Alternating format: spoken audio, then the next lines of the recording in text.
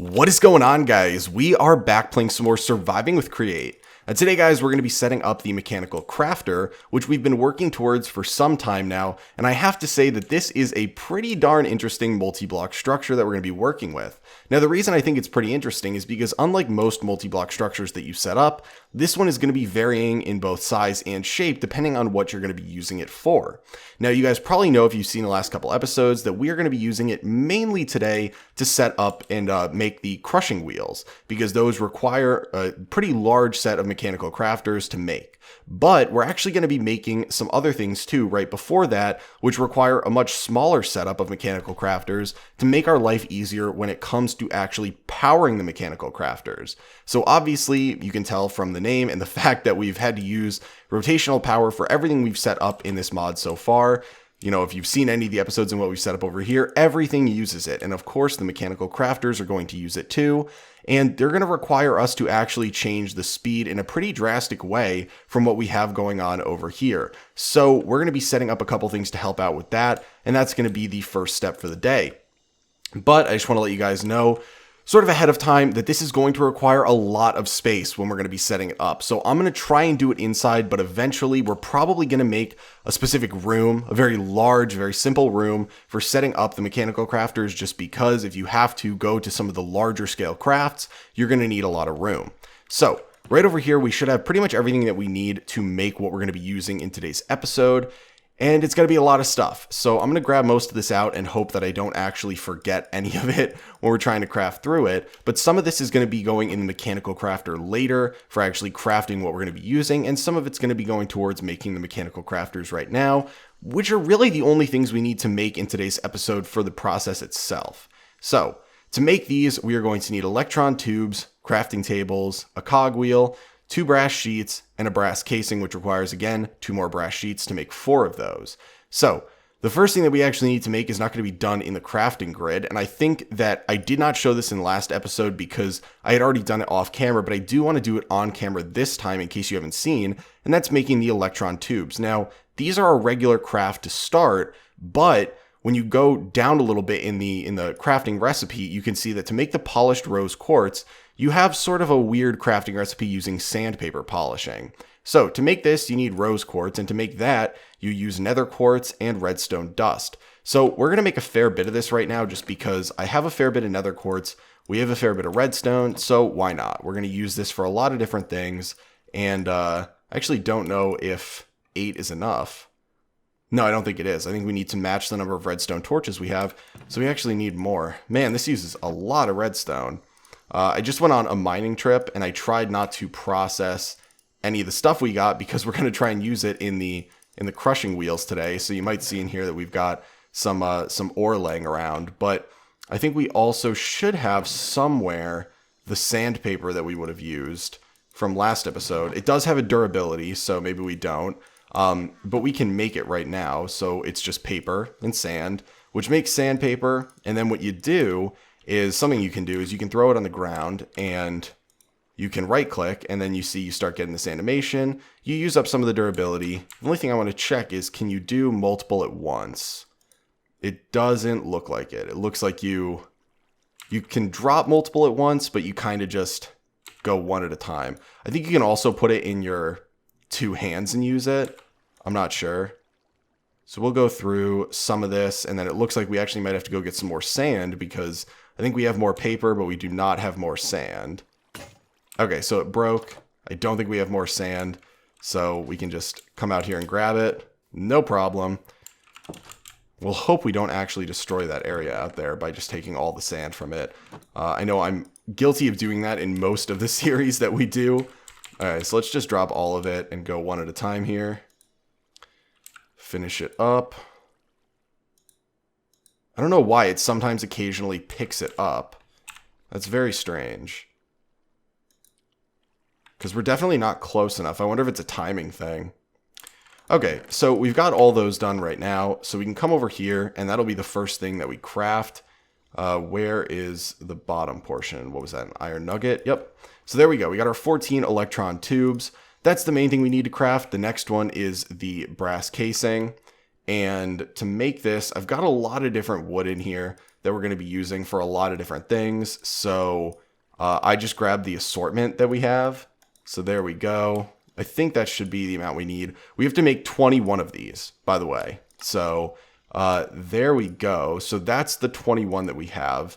I think we actually might not need these additional brass sheets because we have an additional brass casing, but we have the 21 mechanical crafters. And the reason we need that many is because if we come over here, the mechanical crafters may look like we only need 4 right here. And you can see that with something else that we mechanically craft, where is it? Right here. So this is what we're going to be making first, the rotational speed controller. So this one, we have to make this integrated circuit from a mechanical crafter, and it looks different, right? It looks like you need 3 here. Well, that's actually not true. This is a pretty inaccurate representation. This is not actually the amount you need or the setup you need to make it. The setup you need is going to be for every piece of the recipe that is a mechanical crafter. So for this one, we need 1, then 3, then 1, then 3 again. So we're going to need 8 total for this. And the reason we need 21 is over here we have 3, 6, 9, 12, and then another 9 in the center. And this is what makes it a very big thing to craft, because you are going to need a very large area to set this up. And we're going to be setting it up vertically because it's actually pretty cool to watch work. It's got a really cool animation, but we're going to be setting it up vertically. And so you need a lot of space and you need a lot of mechanical crafters. And so as you can see too, we're going to be switching the shape of these. So we're going to initially, if I could click on the right thing, we're going to initially make the rotation speed controller because we need to be able to adjust the speed to varying degrees of the rotation that we are inputting. And rather than using a ton of different large and regular size cogwheels to adjust the speed, which would require a very large area and not look great, what we're going to do is use this speed controller, which if we look at it, it says it's a configurable relay, which is able to speed up or slow down the target component to any desired speed. So what happens is we're going to input rotation into it. We are going to look at it with the wrench, or I guess you can look at it with anything really, actually. You're going to scroll up or down to adjust the speed, and then you're going to place a large cogwheel on top of it, and it's going to go, I believe, a different direction from the current rotation. It's going to go perpendicular to it, and it's going to be able to adjust the speed. And the reason we're going to do that is because we want to slow the speed down and actually allow it to function, because the mechanical crafter requires a much slower speed, but a more significant amount of torque. So we're going to start by making the integrated circuit, and we're going to come over here, and I'm hoping that we're able to set this up properly, because what we got to look at, and I'll put one down right here, is we need a small cogwheel to align with this right here. So you only need it to connect to 1, and I believe we're going to use this wall right here. And we're just going to pull over from this rotation right here and adjust it. So we'll start out with the first one, and it's going to be 3, and then 1, and then 3, and then 1. Okay, so right now the first battle is going to be getting the proper speed coming over here and torque in terms of the rotation. But really, before we even look into that, we need to talk about how the mechanical crafters work with these weird arrows that you see on them. And so what these arrows do is it's how all the different parts, or the different crafting ingredients, I guess, are going to flow together. And so what you need to do is you need to point them in a direction so that they connect. So you can rotate them using the wrench. I think you need the wrench, yeah, to rotate them. And you can see that as you rotate them, they'll connect in different ways. And we want it to be like this. So what's going to happen is the items are almost going to follow this path and connect. And then when they get to the bottom, they'll all be combined together, and then they will pop out wherever the last arrow is that ejects it from the setup. So this is an important thing you need to know when you go in and actually set them up, that you do need to rotate them in this fashion so they actually connect and all flow together properly. So the next thing that we need to worry about is actually getting the rotational power over here. And so we're going to grab out a bunch of the different stuff that we're going to work with, and we're going to go over a couple things. So first off, this looks pretty simple, right? We can just bring these over and then slap down a small cogwheel, right? Let's do that, and we'll throw it down right here. And there we go. So this one's pretty simple, not a huge issue. I believe if we did not currently have this setup going on over here, I don't think the water wheels traditionally produce a proper amount for this in terms of either the speed I think the speed needs to be adjusted. I can't remember. I thought I tested it out, but I don't know. But what'll happen is essentially, I believe if we add more of these on right now, it should eventually stop. So the minute we add one on, it stops. So what you would need to do then, and you can see it turns red if we haven't ever gone over that before. It turns red. If you hover over it, it says it appears that this contraption is overstressed. Add more sources or slow down the components with a high stress impact. So we can either add more water wheels over there or slow down the speed. So later we're going to slow down the speed, but what we're going to do right now is we're going to craft that thing to make the speed controller first. So what we can do is look at the recipe for the integrated circuit, which is lapis plating, 3 redstone dust, an iron sheet, and 3 gold nuggets. So we're going to do the gold nuggets at the bottom right there. You click them in with them in your hand, click the iron sheet in there, click the 3 redstone dust. And then the reason we've got the lapis here is because we actually need to make a block of lapis, and then we're going to put it in and make a plate out of it. So we got to bring that over here real quick. There we go. And now we should be good. So the minute we throw this in up here, they're going to start moving. So you see they follow those paths. They almost get compressed into each other. Looks very cool. Then when you get to the bottom, they get sucked in together, and boom, it pops out the integrated circuit for us. I think this is absolutely awesome. It's definitely cooler when you start to do it on a much larger scale, but I think it looks phenomenal. So kudos to the mod makers for doing this. It's really cool sort of visualization of it. So now we actually have the integrated circuit. We can come over here and just craft this in a regular crafting bench. Thank goodness. And now we can start expanding upon this to make the next piece. To make the, I guess it's to make the final piece, which is going to be the crushing wheels. So if we look at the crushing wheels recipe, you can see, like I said, that we've got the regular 3x3 in the middle, and then we've got another 12 on the outside. So we're going to keep it at the ground here, and we're going to build up from there. So we're going to go like this. We're going to have to break this torch here and keep going like so. And then we got to fill in the top right up here. And this is going to require a lot of rotating. So what we're going to do is we're going to go straight down like so, and then we'll go in from the side. So I don't think it really matters specifically how you choose to do this in terms of what flows into what, but you can just kind of choose to do it however you'd like. So we're going to have it flow down and then meet in the middle here, and the sides will be pushed in. As you saw, it just kind of compresses it all together until you get to the bottom. So as long as it connects, it should all work. But now you can see we're going to be bringing in the rotational power right here, right? We've got a very limited window to bring it in. So essentially it's got to connect to that. And we've got this space right here to make that happen. And I'm going to light this up a little bit better since we got to break that torch a little bit to get some work done. But what we're going to need to do is use this rotation speed controller.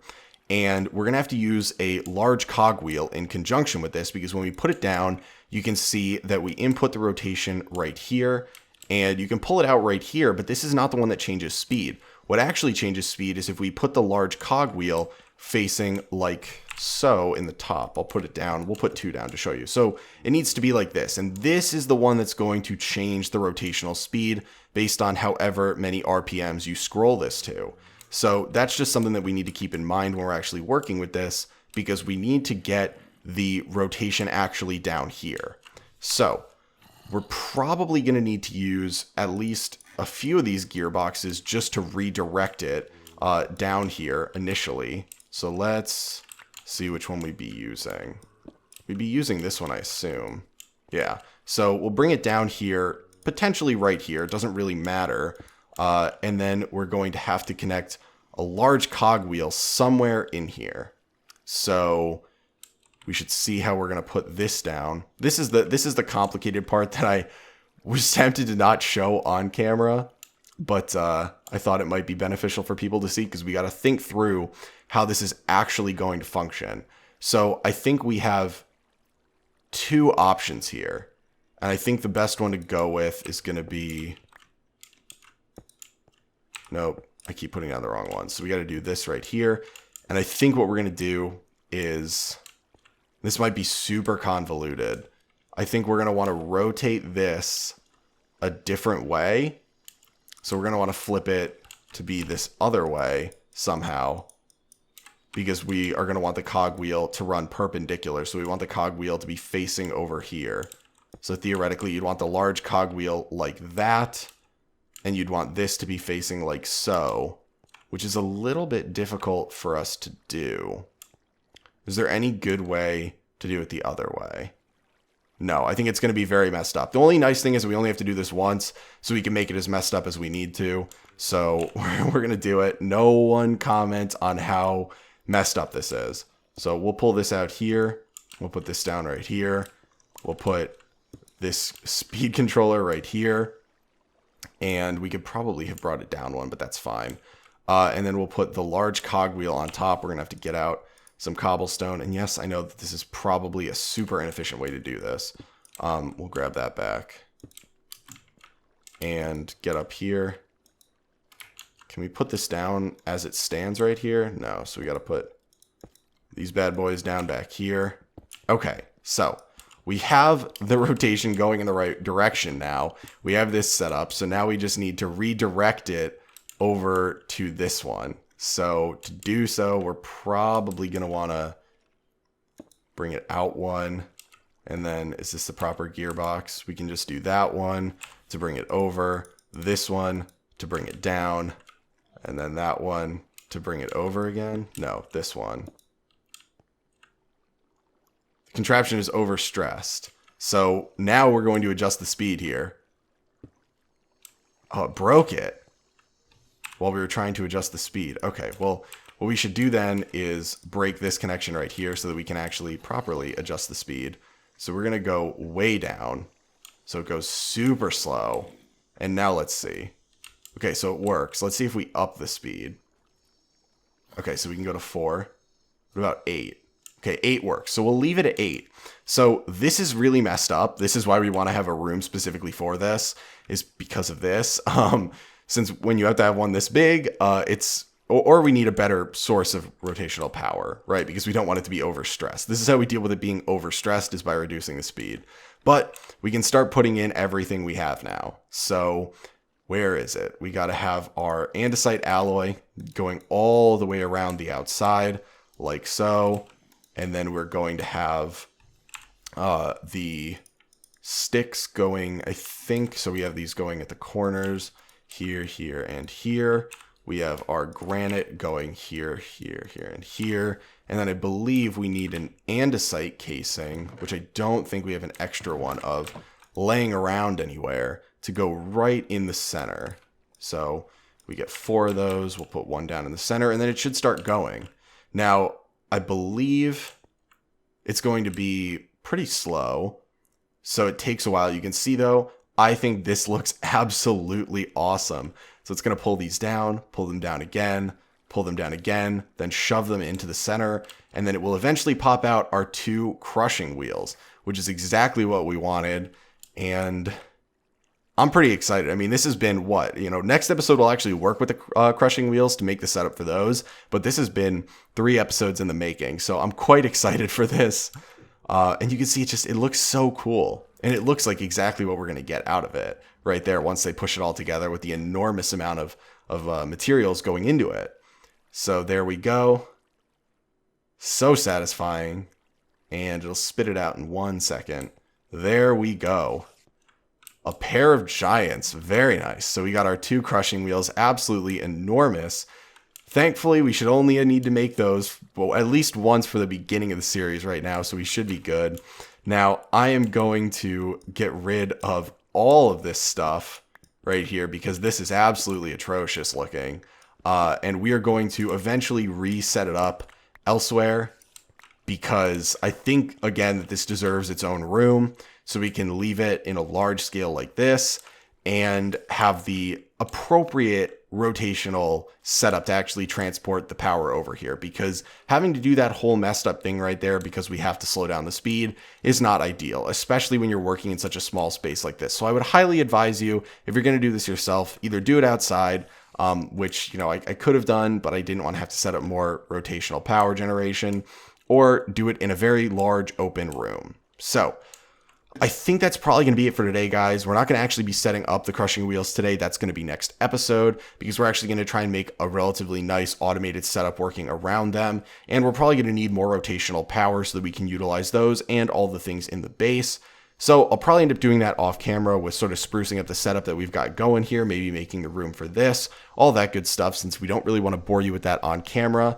But I just want to say that I hope you guys are still faring well during all the things that are going on around the world right now. I know it's been almost 2 months for some of us. I think it's hit the 2-month mark for me officially this last Monday. So I hope you guys are all doing well. I hope your family's doing well, and that you guys are, able to hopefully a little bit during the day enjoy some of the nice weather that's going on outside. But as always, guys, I hope you enjoyed the video. I hope you and your family are staying safe and that you're all doing well. And I will talk to you guys later. Standing in a glass bowl at the end of a black hole, cold, lost and upside down. Faces swirling past me, all my memories rolling vastly.